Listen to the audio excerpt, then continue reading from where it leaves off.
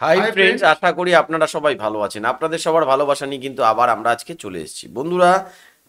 যে সমস্যাটা ঘটেছে, ব্যাপারটা হচ্ছে কালকে রমজান নাটকের আমি ফার্স্ট এপিসোডটা দিয়েছিলাম, কিন্তু অনেকেই আপনাদের মধ্যে কমেন্ট করছেন, দাদা হঠাৎ করে কি হলো, হার কিপ্টে নাটক দিতে দিতে কেন আপনি করলেন। সেটা আমারও ভুল, যদিও তো আমি আমাদের ভুল সত্যি। রমজানটা দিয়েছিলাম এই কারণেই, তার কারণ হচ্ছে যেহেতু রমজান মাস চলছে আপনাদের জন্য, সেই জন্যই পবিত্র দেওয়া মাস হয়েছিল, চলছে। পবিত্র মাস চলছে, তো সেই জন্যই দিয়েছিলাম।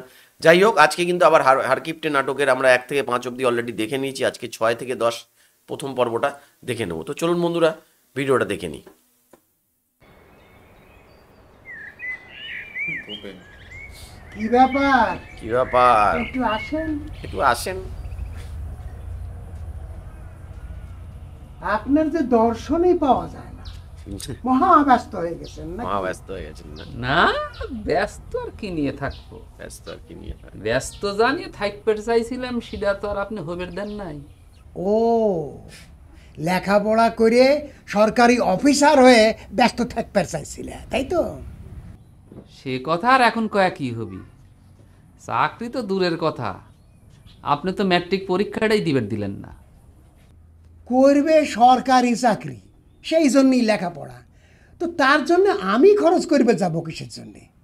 যার চাকরি করবে সেই সরকারের কাছ থেকে ফর্ম ফিল আপের টাকা নিলেই তো পারতে। হক, খালি ফর্ম ফিল আপের টাকাকে? এখন যদি আমার ভাতটাও সরকার দিত, তালিকা ঠিক হতো, তাই না? তুমি তো সরকারই খাচ্ছ, যে খাওয়ার মধ্যে দুঃখ দরদ নাই তার তো সরকারি খাওয়াই কয়। ডাল মাংনা ভাত ফ্রি খাচ্ছ, তা সরকারি খায়াও নাকি তোমার আজকাল বিয়ের হাউস হচ্ছে? বিয়ে তো মানুষ হাউস করে না, দরকারে করে। তা হঠাৎ তোমার বিয়ে করার কি এমন দরকার পড়লো জানতে পারি কি? না, দরকার তো মনে করেন অনেক রকমই আছে। সবচেয়ে বড় দরকার হচ্ছে ধরেন আপনার পুত্রবধূর মুখ দর্শন, তারপরে নাতি নাতনির মুখ দেখা, এগুলো জরুরি না? তা ওইসব না দেখে কি আমার দিন থেকে থাকতেছে? খবরদার, তোমার মাথায় যেন ওইসব আজারে চিন্তা না আসে।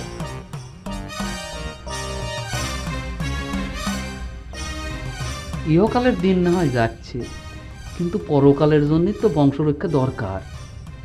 হারা ধনের পরকাল নিয়ে তোমাকে চিন্তা করতে হবে না, যা কওয়ার আমি ভগবানের কব।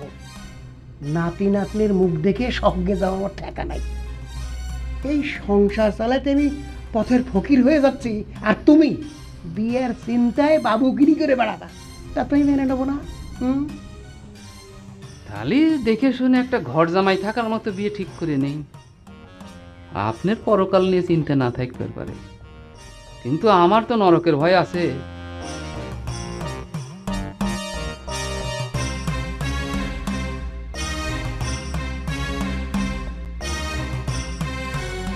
সাধারণ অভিনয়, অসাধারণ। এই মনে হবে যেন ক্যামেরায় কোনো অভিনয়।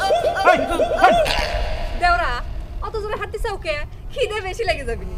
আমার খেতে বেশি লাগলে তাতে তোর কিরে চুমকি, নাকি তুগার বাড়ি আমি ভাত খাবে যাবো না? তা যাইবে না সেটা জানি, কিন্তু তোমার খিদে বেশি লাগলে যে তোমাকে ভাত বেশি খরচ হয়ে যাবে নি, সেটা কি চিন্তা করিস? সে চিন্তা আমি আগেই করে রাখিছি। খিদে যতই লাগুক, ভাত খাওয়ার আগে ডক ডক করে 2 গ্লাস পানি মারি দেবো, তালিবারে খিদে ফিনিশ, আর বেশি ভাত লাগবি না। ওরে আমার দেওরা রে, তোমার তো দেখতেছি হিট মারি বুদ্ধি। বুদ্ধি আমার যতই হোক, তোমার সাথে তো সবসময় খেলে আমি ডিবিট খাই যাচ্ছি। তুই আর রিশমা দুইজনে মিলে কি ষড়যন্ত্র করে আমার পিছনে লাগেছিস? একজন পারলি পরে ভাসুর কায়া পাও সালাম করতেছিস, আর একজন দেওরা করে ডাকতেছিস। তোরা কি পাইছিস কত? পাইছি তো দেওরা। তোমার বড় ভাইয়ের সাথে যদি আমার বিয়ে হয়, তাহলে তো তুমি আমার দেওরাই হইছো, তাই না? আর ওই রিশমা, রিশমা যদি তোমাকে সম্মান করে ভাসুর করে ডাকে, তাহলে তো সে অন্যায় কিছু করে নাই, তুমি তো তার ভাসুরই হইছো। তোরা আসলে সকলে মিলে আমার আব্বার সম্পত্তি গিরাজ করার জন্য ষড়যন্ত্র শুরু করেছু। আমি বুঝে গেছি, আমি ঠিকই বুঝে গেছি। আমার 2 ভাই, ওরা তো বলদ, মাথার ভিতর তো গোবর ভর্তি। আর তোমার মাথার মধ্যে গলাম, তোরা তা করে মাথায় কাঁঠাল ভেঙে খাওয়ার জন্য ধান্দা করতেছিস, তাই না? আমি এই কথা সত্যি সত্যি এখনই আমি আব্বার কাছে কয়া দেবো। খারাপ এই খবরদার, তুই কেজি তাড়াতাড়ি কিনতে নি। আমার আব্বা কিন্তু মারি ফাটা ভাড়া দিবে, নতুন খুঁড়া গেঞ্জি। আমার হাত দিস চাপ।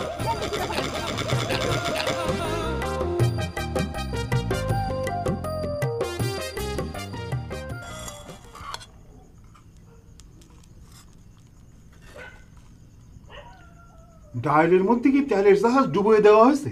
ডাইলের উপরে তেল ভাসতেছে কিসের জন্য কমলা বানু? দেখছ কতদিন কইছি কম তেল দিয়ে রান্না শেখো, আমার কথা কি তোমার গ্রাহ্য হয় না? বাজারের তেলের দাম কত খবর রাখো? তেল বেশি দিলাম কনে, ডাইলে সোমবারা দিলে তেল একটু উপর দিয়ে দেখাই যায়। ডাইলের সোমবারটা দেওয়ার জন্য তোমার হাতে পায়ে ধরেছে কিনা? তাই তো কই, এক শুক্রবারে এক পোয়া তেল কিনে দিলে পরে পরের শুক্রবারে শিশি খালি হয়ে যায়। এবার করে তেল খরচ করলে পরে কমলা বানু আমাকে তো তুমি সর্বশান্ত করে ফেলা। হয়, আমি তো তোমাকে সর্বশান্তই করে ফেলাচ্ছি। এক পোয়া তেল দিয়ে এত বড় সংসার 7 দিনে চালানের হুকুম দিছাও, আবার সালনের স্বাদ না হলেও তাতে নানা রকমের খেতেবি করো। এমন করে কয়দিন চলবি? দিন দিন তোমার খাসলত বাড়তিছে। পাড়া প্রতিবেশী কি কয়? পাড়া প্রতিবেশীর কথা তোমার কেটে শুনবে কইছে? পাড়া প্রতিবেশী আসে কি আমার 2 বেলা খাওয়া দিয়ে যাচ্ছে, নাকি এক পোয়া তেল কিনে দিয়ে যাচ্ছে? আমি যেটা কই সেটা শুনলেই চলবে। আমি বাসি নেই, আমার সংসার চলবে কি করে? তুমি সংসার চালানোর চিন্তা করো, তুমি তো খালি জমি কিনে চিন্তা করো। চিন্তাটা মনে করে খুবই খারাপ। জমি কিনতেছি, মরার পরে কি আমি কবরে নিয়ে যাবো নাকি জমি? তোমার ভাব দেখে তো তাই মনে হচ্ছে।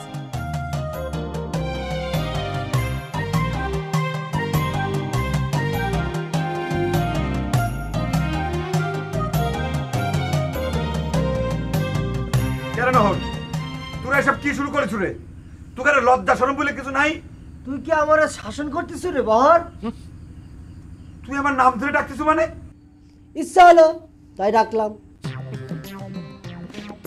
এই কথা যদি আমি আব্বার কাছে না কইছি রে নহর। যা, এই কথা আব্বার কাছে কয়ে 2 বিঘা জমি লেখে নে গে। দেখি তুমি ভাই, তোর সামনেও আমার ছোট হয়ে আমাকে অপমান করতেছে, আর তুই বড় ভাই কোনো কথা করছো না কিসের জন্য? এই কথাটা কি তুই আব্বার কাছে কয়া দিব? অবশ্যই কব, দরকার হইলে তো কয় লাগবে। তুকারে যন্ত্রণা গ্রামের ভিতরে আমি বাড়াবে পারবো না। ধারি ধারি গ্রামের মেয়েরা লজ্জা শরম কারো কিছু নাই। কেউ আসে আমাকে দেওয়া করে ডাকবি, কেউ আসে আমার ভাসুর করে ডাকবি।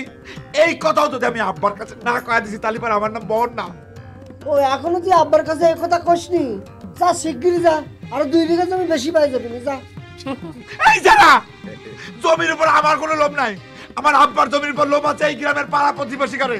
তারা সেই জমির লোভে কেউ আমাকে দেওয়া করে ডাকে, কেউ আমাকে ভাসুর করে ডাকে। আমি এখন যাই যদি আব্বার কাছে এই কথাটা না কইছি তাহলে মানে বুঝিছে রে। আব্বা, আব্বা, কিসের জন্য এর সাথে নাক পেরে যাস? এখন কুট নামে করে আব্বার কাছে কয়দিন আমার করে ভাত বন্ধ হয়ে যাবেন নি, এমনিতে বন্ধের মধ্যে আছি। বন্ধুর চিন্তা আর কি, জীবনটা পার করলাম বন্ধের উপর দিয়ে।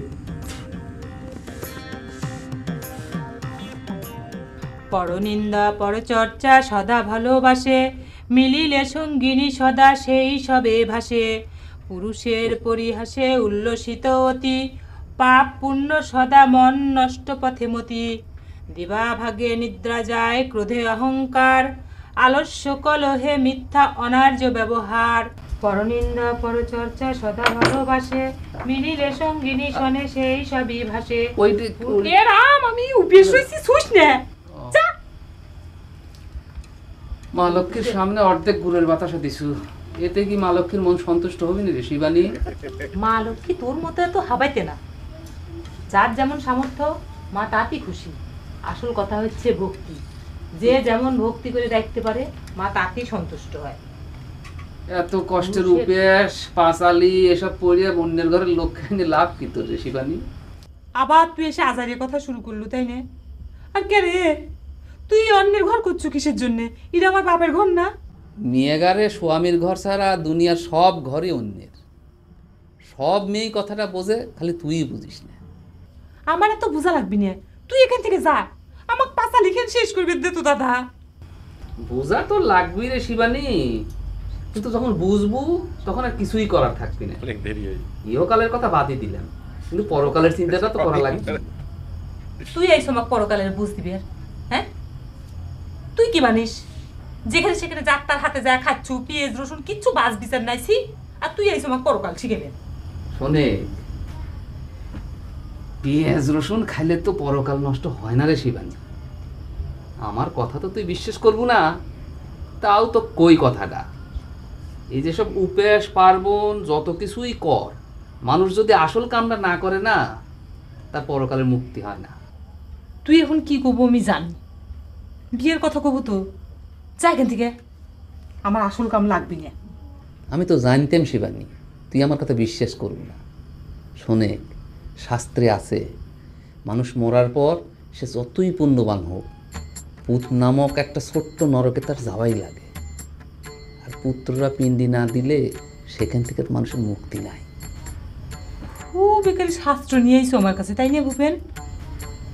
আমার কথা বিশ্বাস না হয় ঠাকুরমশার কাছে জিজ্ঞেস করে পারিস। শোনে, যার জন্য তুই এত উপেশ পার্বণ করতেছু, তার কিন্তু পুত নরক নিয়ে কোনো ভয় নাই। সে বিয়েও করেছিল, আবার আমি তার পুত্রও আছি। কিন্তু তোকে আর আমার পুত নরক থেকে উদ্ধার করবি কিটা?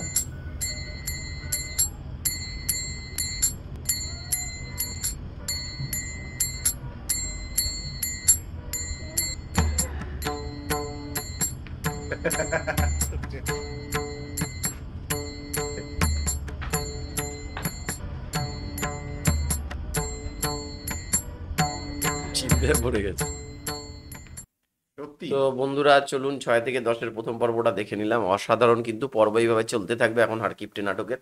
আর আপনারা যারা ভালো লাগে হারকিপ্টে নাটকের প্রত্যেকে কমেন্ট করুন, আর আপনাদের বন্ধু বান্ধব আত্মীয় স্বজনের মধ্যে কিন্তু এই ভিডিওগুলো ছড়িয়ে দিন। তো আজকের মতো এখানেই শেষ করছি, আবার কালকে আপনাদের সাথে দেখা হবে একটা নতুন ভিডিও নিয়ে। ততক্ষণে সবাই ভালো থাকবেন, সুস্থ থাকবেন।